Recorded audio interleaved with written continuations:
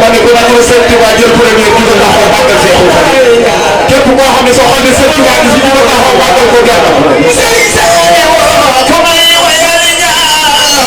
mama lay jaan ko yo no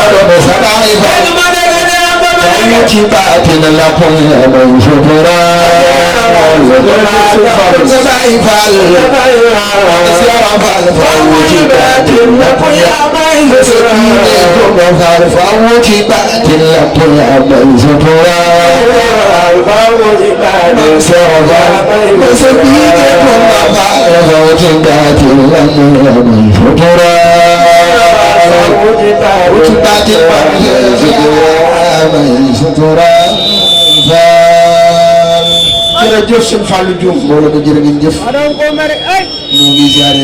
mbooloo ko fi teew di ñaan ci barkeb Cheikh Ibrahima Fall baytu xasida bu ñu jàng yàlla na ko yàlla nangu te def ko tawfeex yu bari amiin sotti na ko jëlaat ci barkeb Sëñ Tuubaa ñoo ngi ziare bu baax sëñ Ibrahima Sarr Bamba Sarr amiin muy sama xarit muy sama wëllëre te ku baax koo xam ne sunu xamante ak léegi taxul mu yàgg loolu waaye dëgg la fu mu toll mu ngi nii nemmeeku li ñu mën ak cofeel ngir jëmmi Sëñ Tuubaa xasida yi dëgg la moo koy ñaanal li mu yéenee liggéey Sëñ Tuubaa ci xasida yi yàlla na ko yàlla may kattan amiin ak lu wér donc mu def ko ni mu ko bëggee ci barke Borom Tuubaa amiin di ziare mbooloo ma fi teew ñëpp tey ñaan li ñu bokk bëgg te muy gërëmal sëriñ bi yàlla nañu ko Sëñ Tuubaa defal di ziare mbooloo jànkat yi fi teew ñëpp sëñ Saliou Seck ñu ngi ànd ak sëñ Mamour Ndiaye sëriñ Saliou Seck ak sëriñ Assane Diamé bàyyi wu ñu kenn rek ñu ngi tudd baax sëñ Mouhamadou Lamine Diagne communicateur mu bokk dëkk Touba yal na ko yàlla defal jàmm ci barke Sëñ Tuubaa jërë ngeen jëf ak sëñ Abo May nii nga xam ne bisam ci laa xamante ne fekk na ma sàmm moom yal na yàlla defal leen jàmm seen communicateur jërëjëf. dëgg la jërëjëf.